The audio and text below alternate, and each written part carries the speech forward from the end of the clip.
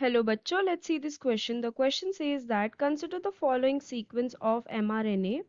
Assuming that genetic code is overlap, then how many number of codon may be present on this genetic code?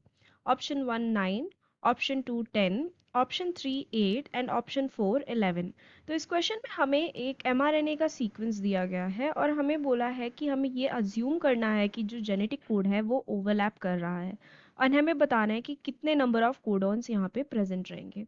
तो इस question में जो की concept है that is regarding our genetic code.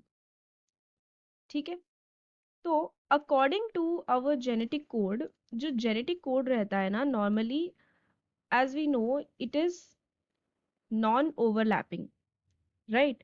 ये कभी भी ओवरलैप नहीं करता, इट नेवर ओवरलैप्स। तो जब भी हम कोई भी एक डीएनए सीक्वेंस या एमआरएनए सीक्वेंस हमारे पास अगर दिया जाता है तो उसको हम रीड करते हैं according to codons which is a group of triplets or you can say group of 3 nucleotide bases। तो हम उसको हमेशा वैसे ही रीड करते हैं एंड इट इज अनएम्बिगुअस। ठीक है, एंड हमेशा इसके अंदर ये ऐसे स्टार्ट होगा, वो स्टार्ट कोडॉन से। ओके, एंड अगर समझ लो कहीं पे भी स्टॉप कोडॉन आया तो वो जो रीडिंग होती है वो स्टॉप हो जाती है। तो अगर हम यहाँ पे एमआरएनए सीक्वेंस देखें तो जो हमें एमआरएनए सीक्वेंस दिया है वो कुछ ऐसा दिया है AUG GCA GUG then CCA। Okay, तो ये है जो mRNA sequence. Now normally as I said genetic code overlap नहीं करता है। तो इन दैट केस क्या होता कि जो कोडॉन बनते यानी कि ट्रिपलेट्स जो बनते वो कितने बनते, यहाँ AUG का एक, GCA का एक, GUG का एक एंड CCA एक। तो ये हो गए 4। ठीक है, तो 4 कोडॉन्स बनते। लेकिन यहाँ पे क्या बोला है, हमें अज्यूम करने बोला है कि जेनेटिक कोड ओवरलैप कर रहा है। तो इन दैट केस अगर वो ओवरलैप करेगा तो हर न्यूक्लियोटाइड से एक कोडॉन हम इनिशिएट कर सकते हैं। तो अगर हम देखें तो कैसे कोडॉन्स बनेंगे, एक तो AUG का कोडॉन बनेगा, फिर सिंस A से इनिशिएट किया नेक्स्ट यू से भी हम इनिशिएट कर सकते हैं।